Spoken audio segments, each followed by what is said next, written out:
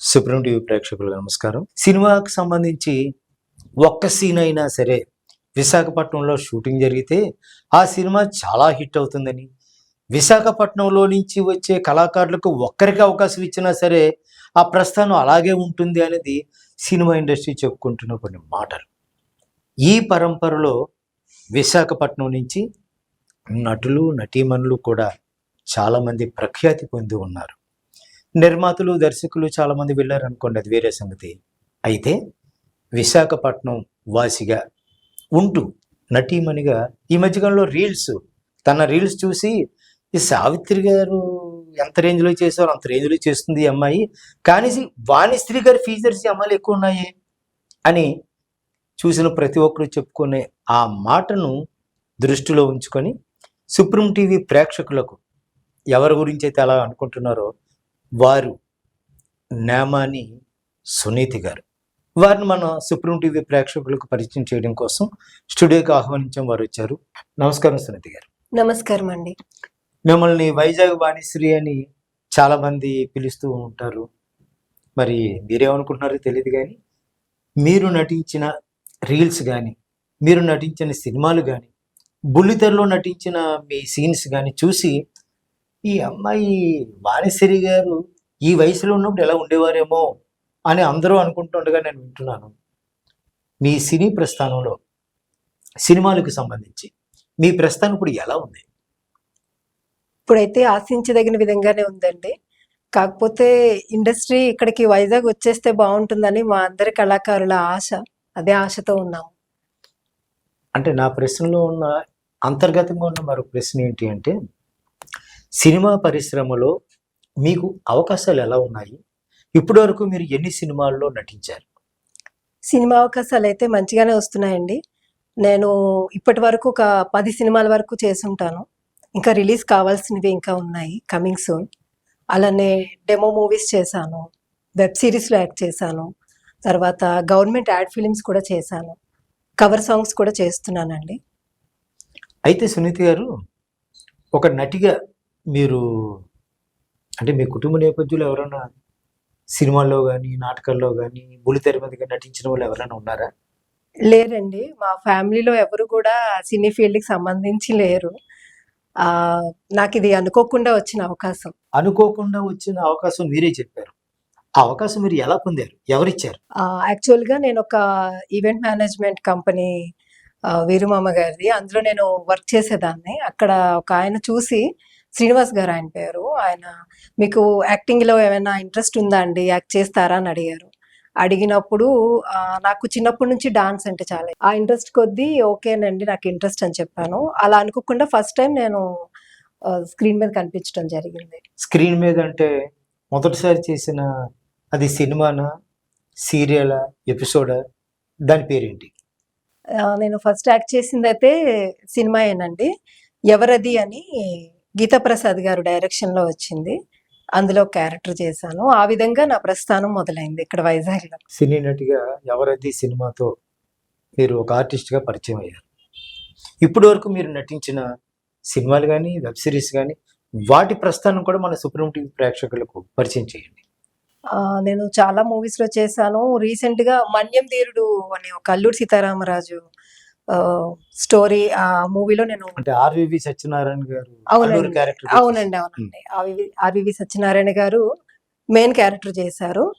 ఆ సినిమాలో నేను అల్లూరి సీతారామరాజు చిన్నప్పుడు ఎంగేజ్ లో ఉన్నప్పుడు మదర్ గా చేశాను. తర్వాత రాజుగారి దొంగలు, ఆ మూవీలో హీరోకి మదర్ రోల్ చేశాను. తర్వాత కౌసల్య తన్య రాఘవ, ఇంకా అప్కమింగ్ రిలీజ్ కావాల్సినవి ఉన్నాయండి. పీపుల్స్ మీడియా ఫ్యాక్టరీ ప్రొడక్షన్ లో గర్వీడ్ లక్ష్మి అని మూవీ ఇంకా షూటింగ్ అవుతుంది, అందులో ఒక క్యారెక్టర్ చేశాను. తర్వాత ఒక మూవీ, అది కూడా ఇంకా పేరు పెట్టలేదు. ఆ మూవీలో షఫీ గారు ఉన్నారు కదా, మన ఛత్రపతి ఫేమ్ షఫీ గారు, ఆయన గర్ల్ ఫ్రెండ్ క్యారెక్టర్ ఒకటి చేశానండి. మీరు నటించి ఇంకా విడుదలకు సన్నద్ధం అవుతున్నా గరివిడి లక్ష్మి గారి సినిమాలో, ఆ సినిమాలో ఏ క్యారెక్టర్ చేశారు? అందులో ఒక విలేజర్ క్యారెక్టర్ చేశానండి. విలేజర్ క్యారెక్టర్ చేశాను. తర్వాత సత్యదేవ్ గారు మూవీ కూడా ఒకటి ఉంది, అది కూడా ఇంకా రిలీజ్ అవ్వలేదు. అందులో కూడా ఒక విలేజర్ క్యారెక్టర్ చేశాను. హీరో సత్యదేవ్, సత్యదేవ్ గారు. విశాఖపట్నం హీరో. అవును. సత్యదేవ్ గారి సినిమాలో మీరు చేసిన అది డైలాగ్ వెర్షన్ ఉన్న క్యారెక్టర్ అంటే డైలాగ్స్ ఉన్నాయండి, ఉన్న డైలాగ్ క్యారెక్టర్. ఒక్క డైలాగ్ చెప్పండి గుర్తుంటే. అయ్యా, ఆ, పులి ఎంటాడేస్తుంది అయ్యా, దాని నుంచి మమ్మల్ని కాపాడండి అయ్యా. మీకు బాగా గుర్తున్న ఏదైనా ఒక మీరు యాక్ట్ చేసిన ఏదైనా ఒక క్యారెక్టర్ తాలూకు డైలాగ్స్ ఏమైనా ఒకసారి మన ప్రేక్షకులకు. నేను వేడుక అని ఒక షార్ట్ ఫిల్మ్ చేశానండి. ఓకే. అది ఫుల్ గా slum mother character, Hmm. Full emotions ఉంటాయి. అందులో ఒక మదర్ క్యారెక్టర్ కూతురు చనిపోతుంది అనమాట. ఉమ్, ఆ కూతుర్ని తలుచుకుని ఒక వేరే పర్సన్ కి, స్ట్రేంజర్ కి నేను చెప్తాను నా కూతురు ఇలా చనిపోయిందని. ఉమ్. అది ఫుల్ ఎమోషన్స్ ఉన్న సీన్ అనమాట. అయ్యా, నా కూతురు చనిపోయిందయ్యా, క్యాన్సర్ తో చనిపోయిందయ్యా. ఆనాడు ఎవ్వరూ నా కూతురికి సాయం చేయలేదయ్యా. ఎవరో ఒకరు పెద్ద మనసు చేసుకుని సాయం చేసి ఉంటే నా కూతురు బ్రతుకుండేదయ్యా. మా తల రాతలు ఇంతేనయ్యా, ఇంతే. చాలా చాలా బాగుంది. థ్యాంక్ యూ అండి. సునీతి గారు, చెప్పండి. మీరు ఒక ఆర్టిస్ట్గా వచ్చి ఈ నటిగా వస్తూనే ఒక సినిమా అన్న దాంట్లో ఎవరైతే చేశారు, ఇప్పటికి చాలా చేస్తున్నారు. నటిగా మీరు ఎక్కడైనా శిక్షణ పొందారా? లేదండి, ఎక్కడ అలాగ శిక్షణ కానీ ఏమి తీసుకోలేదు. మరి మీకు డైరెక్టర్ గారు నాకు ఇలా కావాలి అని డైలాగ్ చెప్పి ఇలా కావాలని చెప్తే మీరు అలా చేస్తారా? లేదు అంటే ఆ స్క్రిప్ట్లో ఉన్న డైలాగ్ని చూసుకొని మీకు మీరే దాన్ని ఎలా చేస్తే బాగుంటుంది అని ఆ డైలాగ్ని ఓన్ చేసుకొని మీరు చేస్తారా? ఈ డైలాగ్ క్యారెక్టర్ అడుగుతానండి ముందు, నా Hmm. క్యారెక్టర్ ఏంటని అడుగుతాను. దాని తగినట్టుగా ఆ క్యారెక్టర్ని బట్టి నేను ముందే మైండ్లో ఫిక్స్ అయిపోయి, వాళ్ళు డైలాగ్స్ ఇస్తారు కదా, అది నేను ఆ క్యారెక్టర్ని ఓన్ చేసుకుని, అంటే ఆ ప్లేస్లో నేను ఉంటే నేను ఎలా బిహేవ్ చేస్తానో అలానే చేస్తాను. యాక్టింగ్ అని ఏం చేయనంటే ఉమ్. నేను ఎలా ఉంటానో అదే చేస్తాను అంతే, ఆ క్యారెక్టర్ నేను ఓన్ చేసుకుని. ఇప్పుడు మీరు చెప్పిన డైలాగ్ అలా చెప్పిందే బహుశా. అంతేనండి, ఏదైనా అంతే. ఏ క్యారెక్టర్ ఇచ్చినా కూడా అది ఆ ప్లేస్లో నేనుంటే ఎలా బిహేవ్ చేస్తాను, ఉమ్. నా బాధ ఎలా ఉంటుంది, ఎమోషన్స్ అయితే అలా. సునీతి గారు, మీరు నేను విన్నది ఏంటంటే మీ గురించి, మీరు మీ వయసు నేను అడగను కానీ మీ వయసుకి మించిన పాత్రలు మీరు ఎక్కువగా యాక్ట్ చేశారని. అవునండి. సాధారణంగా ఎవరైనా ఒక నటీమణిగా ఇండస్ట్రీకి వచ్చేటప్పుడు ఎక్కడో దగ్గర ట్రైనింగ్ అవ్వడం కానీ, లేదా ఎవరినైనా ఇన్స్పిరేషన్గా తీసుకొని నేనైతే ఈ క్యారెక్టర్ ఎలా చేస్తాను అనుకుని వాళ్ళు ఏదో ప్రాక్టీస్ చేసి ఆడిషన్కి వెళ్ళి అలా చేయడం కానీ ఏదో చేస్తూ ఉంటారు. మీరు ఎవరి దగ్గర ట్రైనింగ్ పొందలేదని చెప్పారు, కానీ ఒక క్యారెక్టర్ మీకు వచ్చినప్పుడు ఆ ఈ క్యారెక్టర్ని పలానా సినిమాలో పలానా ఆర్టిస్టు ఎలా చేశారు కదా, మనం అలాగే చేస్తే ఎలా ఉంటుంది అని అనుకొని చేస్తారా? ఇవేవీ పట్టించుకోకుండా ఇది నాకు వచ్చిన క్యారెక్టరు, ఇప్పుడు సీన్ ఇలా ఉంది, దీనికైతే నేను ఎలా చేస్తాను అనుకొని చేసిన సన్నివేశం ఏదైనా ఉంటే ఒకసారి మన ప్రేక్షకులు గుర్తు చేయండి. ఏదైనా సరే నేను అంటే పలానా వాళ్ళు చేశారు అంటే అది ఇన్స్పిరేషన్ గా తీసుకోవచ్చు, కానీ అది మనం కాపీ కొట్టకూడదండి. ఏదైనా మన ఓన్ గా అంటే మన స్టైల్ మనకు ఉండాలి. ఏది ఎప్పుడు ఒకరిని అనుకరించడం అనేది నాకు మొదటి నుంచి నాకు ఇష్టం ఉండదండి. అది నేనైతే ఎలా చేస్తానో అలానే చేస్తాను, ఎందుకంటే నా ఒరిజినాలిటీ పోతుంది అక్కడ. అప్పుడు నేను నటించినట్టే ఉంటే తప్ప సహజంగా రాదు, అది నా ఫీలింగ్. అందుకని నేను ఎప్పుడు కూడా ఎవరిని అనుకరించనండి, అది కాకపోతే ఇన్స్పిరేషన్ గా తీసుకుంటాను. అలా ఇన్స్పిరేషన్ తీసుకొని చేసిన క్యారెక్టర్ ఏదైనా ఉందా? అంటే అందరి నటులది ఒక్కొక్క ఏమంటారు నవరసాల్లో ఒక ప్రత్యేకత ఉంటుందండి. అందుకని పర్టికులర్ గా దీనికి వీళ్ళే ఇదే నేను తీసుకోవాలని ఏమి ఉండదు. ఓకే. సునీతి గారు అంటే ఇందాక ప్రారంభంలో మనం అనుకున్నట్టుగా వైజాగ్ వాణిశ్రీ అని రకరకాల పేర్లు ఉంటాయి. మిమ్మల్ని ఎవరైనా అలా నేరుగా మీతో వాణిశ్రీలా ఉంటుంది మీ నటన, మీ యాక్టింగ్, మీ పెర్ఫార్మెన్స్ ఆన్ స్క్రీన్ చూస్తే అని మీతో ఎవరైనా చెప్పారా? అంటే చెప్పడం అయితే చెబుతారు కానీ వాళ్ళు వాణిశ్రీ గారు అంటే పెద్ద లెజెండరీ అండి, ఆవిడ లెజెండరీ యాక్ట్రెస్. వాళ్ళతో అయితే నేను అసలు అంత సీన్ నాకు ఉంటుందని నేను అనుకోను. కాకపోతే అనడం అయితే అన్నారండి. అది వాళ్ళ తాలూకు, అంటే ఒక్కొక్కరికి ఒక్కొక్క వ్యూ ఉంటది కదా. వాళ్ళ అభిప్రాయం వాళ్ళు వాళ్ళ చెప్పారు అభిప్రాయం అనుకుంటారు. చెప్పారు అంతే అంతే. అంతకుమించి మరి ఎక్కువగా ఏం తీసుకోవద్దు. నేను ఎక్కువగా అదేం తీసుకోనండి. Okay, fine. సరే, వైజాగ్ వాణిశ్రీ సునీత గారు, మీరు ఆ, నటనా రంగంలో ఇంకా ఇలాంటి క్యారెక్టర్ నాకు వస్తే బాగున్ను, నేను ఇంకా ఇలాంటి క్యారెక్టర్ కానీ నాకు వస్తే మరి మామూలుగా నేను చేయను, నా తాలూకా ఫుల్ ఎఫిషియన్సీ చూపించి దాన్ని రక్తి కట్టిస్తాను అని ఎదురు చూస్తున్న క్యారెక్టర్ ఏదైనా ఉందా మీ దగ్గర? ఉన్నదండి. ఏంటది? అంటే ఇది చెబితే మరి అందరూ నాకేమైనా పిచ్చి అనుకుంటారు ఏమో తెలియదు కానీ, ఒక పిచ్చి క్యారెక్టరు, అంటే మెంటల్లీ రిటార్డెడ్, అలాంటి ఛాలెంజింగ్ క్యారెక్టర్స్ చేయాలని నాకు ఎప్పటి నుంచో ఉందండి. అంటే రెగ్యులర్ పందాలో ఉండే నార్మల్ క్యారెక్టర్స్ కాకుండా అటువంటి క్యారెక్టర్స్, ఛాలెంజింగ్ క్యారెక్టర్స్ నాకు ఇష్టం. అవి ఎప్పుడైనా అవకాశం వస్తే చెయ్యాలని బలంగా ఉంది నాకైతే. అంటే పిచ్చి వాళ్ళు అనేసరికి వాళ్ళు మతి స్థిమితం లేకుండా మతి స్థిమితం లేని అలాంటి క్యారెక్టర్స్ కానీ, లేదంటే ఒక స్లమ్ మదర్ కానీ, ఇలాంటి డీ గ్లామర్ రోల్స్ కానీ, అంటే అలానే మిగతావి నాకు ఇష్టం లేదని కాదు, నాకు అన్ని ఇష్టమే. కానీ నాకు అంటే చెయ్యలేదంటే అవి ఉన్నాయి, అవి చెయ్యాలని కోరిక. అవి కూడా చేస్తే మీకు ఒక పర్సనల్ సాటిస్ఫాక్షన్ అదే నటిగా నాకు అదే సాటిస్ఫాక్షన్ అంతే. జనరల్గా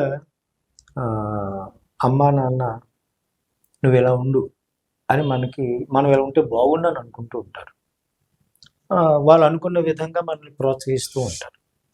లేదు, మనలో ఏదైనా ఒక టాలెంట్ ఏమైనా ఉంటే అందులో ప్రోత్సహించే ప్రయత్నం కూడా పేరెంట్స్ చేస్తూ ఉంటారు. మీ అమ్మా నాన్నగారు వైజాగ్ వాణిశ్రీ సునీత గారిని ఏమనుకున్నారు? వాళ్ళు అనుకున్నట్టుగా మీరు అయ్యారా, లేకపోతే వేరే పందాల్లో సెటిల్ అయ్యారా? వాళ్ళ నేపథ్యం, వాళ్ళ గురించి కూడా కొద్దిగా చెప్పండి. తప్పకుండానండి. మా మదర్ హౌస్ వైఫ్, మా నాన్నగారు ఫైర్ సర్వీస్లో చేసేవారు. అయితే వాళ్ళకి నేను చదువుకోవాలని, అంటే అందరి పేరెంట్స్ అనుకున్నట్టుగానే వాళ్ళకి స్టడీస్ మీద ముందు, కానీ మా నాన్నగారికి ఏంటంటే చిన్నప్పటి నుంచి కొంచెం సినీ ఫీల్డ్ అంటే ఒక రకమైన అభిమానం ఉండేది. అందులోనూ చిన్నప్పటి నుంచి నేను ఎక్కువ డాన్స్ అది చేయడం, ఎక్స్ప్రెషన్స్ తోటి చిన్నప్పటి నుంచి డాన్స్ చేయడం అది చూసి ఎప్పటికైనా కొంచెం పెద్ద అయిన తర్వాత ఏమైనా సినీ ఫీల్డ్లో ఏమైనా ఎంటర్ చేస్తే బాగుంటుందేమో అని అనుకునేవారు, కానీ ప్రయత్నం చేయలేదు. వాళ్ళకి మనసులో అయితే ఉండింది. బట్ ఇప్పుడు ఏంటంటే నేను ఆఫ్టర్ మ్యారేజ్ ఇంకా ఈ ఫీల్డ్ గురించి ఆలోచన చేయలేదు. ఇప్పుడు అనుకోకుండా నాకు అవకాశం వచ్చింది, వాళ్ళు కూడా చాలా హ్యాపీ. మీ పెళ్లికి ముందే నటించడం మొదలు పెట్టారా, పెళ్లి అయిన తర్వాత నటించడం మొదలు పెట్టారా? నటన అనేది పెళ్ళైన తర్వాతేనండి. పెళ్లికి ముందు కాలేజ్ డేస్ లో అయితే డాన్స్ లో నేను ఫస్ట్ ప్రైజ్ గెలవడం కాలేజీలో. మీరు చేసిన ఏ డాన్స్ కి బాగా ప్రైజ్ వచ్చి ఉండేది? నేను 10th చదివినప్పుడు కవ్వాలి డాన్స్ ప్రోగ్రామ్ ఒకటి నేను చేశానండి, మెయిన్ లీడ్ అందులో హీరోయిన్ గా. అది స్కూల్లో కాంపిటీషన్ లో ఫస్ట్ ప్రైజ్ వచ్చింది. అప్పుడు స్కూల్లో కూడా అందరూ కవ్వాలి హీరోయిన్ అనేవారు. అలాగే నేను యాక్చువల్గా డిప్లొమా స్టూడెంట్ని, ఎలక్ట్రానిక్స్ అండ్ కమ్యూనికేషన్స్ చదివానండి. అప్పుడు కాలేజ్లో ఉన్నప్పుడు కూడా మాది ఉమెన్స్ కాలేజ్ అనమాట. అప్పుడు కూడా నాదే ఫస్ట్ ప్రైజ్. ప్రైవేట్ సాంగ్స్కి అది నేను యాన్యువల్ డేకి అది డాన్స్ చేసేదాన్ని. అలా అక్కడ కూడా నాకు ఒక మంచి నిక్ నేమ్ తోటి అందరూ అనేవారు, నువ్వు సినీ ఫీల్డ్కి వెళ్ళొచ్చు కదా, నీ ఫీచర్స్ ఆ హీరోయిన్ లా ఉన్నాయి అని చెప్పి అనేవారు. అయితే ఆ ఇంట్రెస్ట్ ఆ టైంలో ఉండేది, బట్ ఎలా అప్రోచ్ అవ్వాలి, ఎలా వెళ్ళాలి, ఈ దారి ఏమి తెలియదు, అప్పట్లో తెలీదు. ఇంకా వదిలేసాను. ఇంకా ఆఫ్టర్ మ్యారేజ్ ఇంకా అవన్నీ ఇంకా ఏంటి చిన్న వయసులో ఏదో అనుకున్నామని, బట్ అనుకోకుండా after marriage by God's grace నాకు వచ్చింది అవకాశం. సరే, పెళ్ళి అయ్యేంత వరకు మామూలుగా ఉన్న సునీత గారు పెళ్ళి అయిన తర్వాత నటిమని అయ్యారు. దీని వెనక మీ హస్బెండ్ గారి ప్రోత్సాహం ఎలా ఉంది? 100% ఆయన ప్రోత్సాహం లేకపోతే నేను ఈరోజు ఇక్కడ కూర్చుని నన్ను ఇంటర్వ్యూ చేసే స్థాయికి కూడా నేను వచ్చిండేదాన్ని కాదండి. 100% ఆయన సహాయ సహకారాలు ముందు ఉన్నాయి, ఇప్పుడు ఉంటాయి, ఎప్పుడు ఉంటాయి. వారు ప్రోత్సహించారని చెప్పారు, కానీ వారు ఏం చేస్తుంటారు? వారి పేరు ఒక మాట చెప్తే మన ప్రేక్షకులకు తెలుస్తుంది కదా. మా ఆయన గారి పేరు నెమ్మన్ నరేష్ బాబు అండి. ఆయన మార్కెటింగ్ ఎగ్జిక్యూటివ్గా చేస్తున్నారు. కాబట్టి నాకు ఈ ఫీల్డ్లో మొత్తం ఫుల్ సపోర్ట్ అయితే ఆయనే.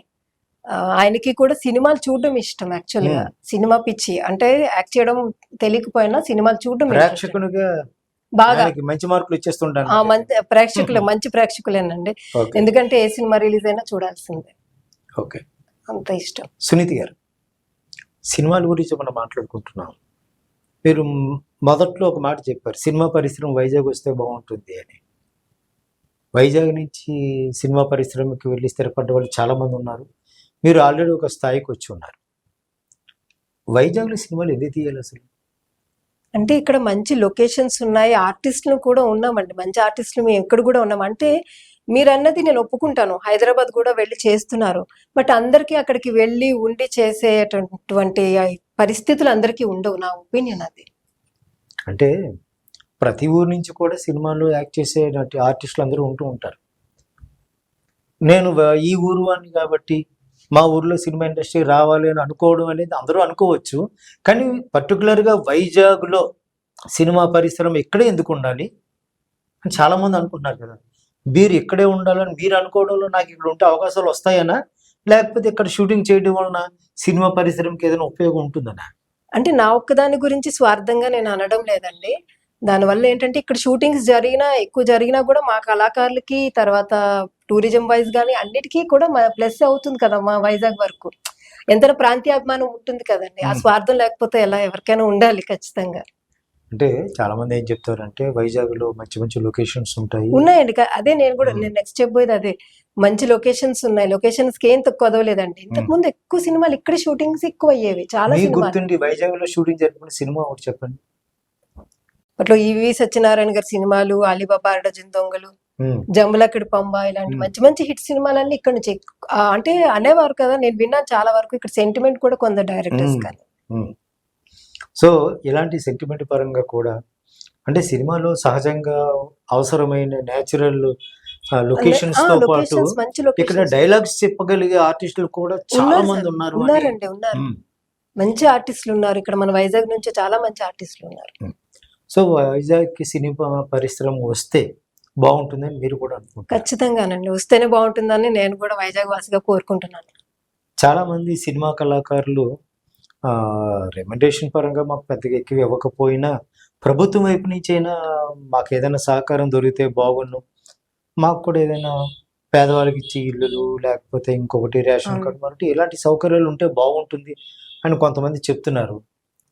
వైజాగ్ వాణిశ్రీగా పేరు పొందిన సునీతి గారు ఈ విషయం మీద ఏం చెప్తారు?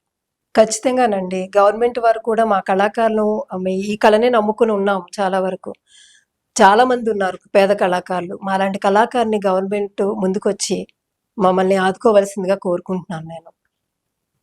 సునీతి గారు, కొత్తగా ఎవరైనా మేము సినిమా చేస్తున్నాము ఆడిషన్కి రండి అని పిలిచినప్పుడు మీరు కూడా వెళ్ళారనుకోండి, ఏదైనా ఒక డైలాగ్ ఇచ్చారనుకోండి, ఒక డైలాగ్ని డిఫరెంట్ ఎక్స్ప్రెషన్స్తో చెప్పండి అని అడిగారు అనుకోండి, మీరు ఎలా దాన్ని పెర్ఫామ్ చేస్తారు? ఏదైనా ఒక డైలాగ్ మీకు తెలిసిన, మీకు గుర్తుకొచ్చిన ఒక డైలాగ్ని తీసుకొని వేరియస్ ఎక్స్ప్రెషన్స్ తోటి మన సుప్రీం టీవీ ప్రేక్షకులు వైజాగ్ వాణిశ్రీ అయితే ఎలా చెప్తారు అనేది చూస్తున్నారు, వాళ్ళ కోసం ఒకసారి.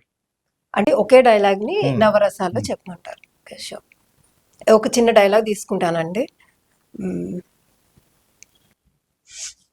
అయ్యా పట్ట పగలు మిట్ట మధ్యాహ్నం నా జాకెట్లో పర్స్ ఎవరు కొట్టేశారయ్యా.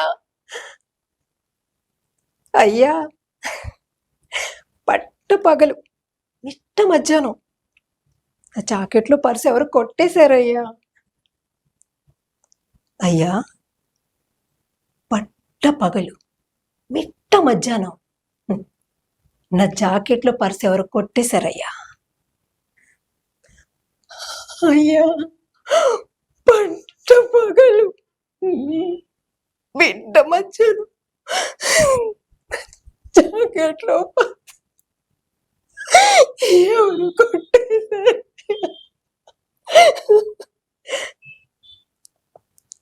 పట్ట పగలు బిడ్డ మధ్యాహ్నం నా జాకెట్లో పర్సు ఎవరు కొట్టేశారు. బాగుంది, థ్యాంక్ యూ. అంటే మీరు చేసే యాక్టింగ్లో మీకు కరుణ రసంతో కూడిన పాత్రలు అయితే మీరు బాగా మెప్పించగలరు అనేది ఇంటర్వ్యూ చూసిన ఎవరికైనా అర్థమవుతుంది. థ్యాంక్ యూ అండి. అంతే కదా. మీకు కూడా ఇష్టపడి చేస్తారు అనుకుంటా. లేదండి, ఏ క్యారెక్టర్ అయినా ఏ రకమైన ఆర్టిస్ట్ అన్న వాళ్ళకి అన్నీ ఈక్వలేనండి. ఓకే. కాకపోతే ఏంటంటే స్కోప్ ఎక్కువ, అంటే మా తాలూకు ఎమోషన్స్ అయితే ఆడియన్స్ కూడా బాగా కనెక్ట్ అవుతారు. ఉమ్. అది అందు గురించి అని చెప్పి అంతే తప్ప నాకు అన్ని రసాలు ఇష్టమే. ఫైన్. సునీతి గారికి ఇష్టమైన హీరోయిన్ ఎవరో ఉంటారు. మీ అభిమాన నటీమణి ఎవరు? శ్రీదేవి గారండి. ఎందుకు ఇష్టం? షీజ్ అంటే ఒక అబ్బాయి ఇష్టపడ్డాడంటే శ్రీదేవిలో ఏదో తనకు నచ్చింది ఏదో ఉండి అబ్బాయి చెప్తాడు. ఒక అమ్మాయి వైజాగ్ వాణిశ్రీ నాకు శ్రీదేవి అంటే ఇష్టం, నా అభిమాన హీరోయిన్ అని అంటే ఏదో ఉండి ఉంటుంది కదా, ఆమెలో ప్రత్యేకత మీకు నచ్చింది. ఆవిడ dance and expressions, expressive voice, ఆ బ్యూటీ చాలా ఇష్టం నాకు. ఎందుకంటే మీరు డాన్సర్ కాబట్టి బేసిక్గా, అందుకని మీరు ఆమెలో ఉండే ఆ స్పెషల్ దీన్ని మీరు టేకప్ చేశారు. బాగుంది. సునీతి గారు, వెబ్ సిరీస్ గురించి మీరు చెప్తూ ఏదో కొంత ఉదాహరించారు. వెబ్ సిరీస్లో నటించిన మీకు ఏ వెబ్ సిరీస్ ద్వారా మీకు బాగా పేరు వచ్చింది? ఏ క్యారెక్టర్ ద్వారా మీరు మంచి గుర్తింపు తెచ్చుకున్నారు? విశాఖ వీధుల్లో అని ఒక వెబ్ సిరీస్ వచ్చిందండి. అందులో సెకండ్ ఎపిసోడ్ నేను యాక్ట్ చేశాను. అదొక రొమాంటిక్ సీన్ ఉంటుంది. అది ఫేస్బుక్లో బాగా ట్రెండింగ్లో ఉందండి. ఒక 6 monthsగా అది 10 million వ్యూస్ హైయెస్ట్ వెళ్ళింది. ఇంకా వెళ్తూనే ఉంది. ఇప్పటికీ నాకు చాలా మంది అవి లింక్స్ పంపిస్తున్నారు. యాక్చువల్గా నేను ఫేస్బుక్లో లేను, నాకు చాలా మంది లింక్స్ పంపిస్తున్నారు. హైదరాబాద్ ఫ్రెండ్స్ కూడా ఫోన్ చేసి చెప్పడం నాకు చాలా హ్యాపీ అనిపించింది. ఈవెన్ ఇన్స్టాగ్రామ్లో కూడా అది మిలియన్స్ ఆఫ్ వ్యూస్ వెళ్తుందండి. స్టిల్ ఇంకా రన్నింగ్ అది. సో వెబ్ సిరీస్లో కూడా మీరు నటించి ఇంకా ఇంకా పేరు గౌరవం పొందే పరిస్థితులు ఉన్నాయి అయితే. మరి అది బాగానే వెళ్తుంది కదా. సో వెబ్ సిరీస్ చేసే వాళ్ళు కూడా మన వైజాగ్ వాణిశ్రీ సునీతి గారిని అప్రోచ్ అయితే తప్పకుండా ఆమె నటించి మీరు ఇచ్చిన అవకాశాన్ని చాలా గొప్పగా పెర్ఫామ్ చేయడానికి అవకాశం ఉంది. మరి వైజాగ్ వాణిశ్రీని ఎవరైనా కాంటాక్ట్ చేయాలనుకోండి, మీకు నేను ఒక మంచి వేషం అనుకుంటున్నాను, నా డైరెక్షన్లో మీరు నటిస్తే బాగుంటుంది, అయితే నేను నిర్మాతగా ఉన్న అది సినిమా అవ్వచ్చు, వెబ్ సిరీస్ అవ్వచ్చు, అందులో మీకు అవకాశం ఇవ్వాలి అని అంటే సునీతి గారి నెంబర్ కూడా చెప్తే బాగుంటుంది కదా అని అనుకుంటూ ఉంటారు చాలా మంది. షూర్గా వారికి మీ నెంబర్ని ఒకసారి చెప్తే నోట్ చేసుకుంటారు. నా నెంబర్ 915414142479. 2479. ఇంకొకసారి చెప్పచ్చు కదండి. 915414142479. 2479. 9 వచ్చేసరికి ఆ అమ్మాయి కొంచెం ఫాస్ట్గా చెప్పారు. ఏదేమైనా మన వైజాగ్ వాణిశ్రీ సునీతి గారికి మరిన్ని మంచి అవకాశాలు వచ్చి ప్రేక్షకులను మెప్పిస్తారని, అవార్డులు పొందాలని, అన్నింటికీ మించి మంచి రెమ్యునరేషన్ తోటి వైజాగ్ వాణిశ్రీ సునీతి గారిని ఆమె టాలెంట్ని ఉపయోగించుకోవాలని సుప్రీం టీవీ తరపు నుంచి కోరుతున్నాము. థ్యాంక్ యూ అండి. థ్యాంక్ యూ సునీతి గారు. థ్యాంక్ యూ అండి. Thank you so much. Supreme TV ప్రేక్షకులకి ఈ అవకాశం ఇచ్చినందుకు థ్యాంక్ యూ సో మచ్ మీకు.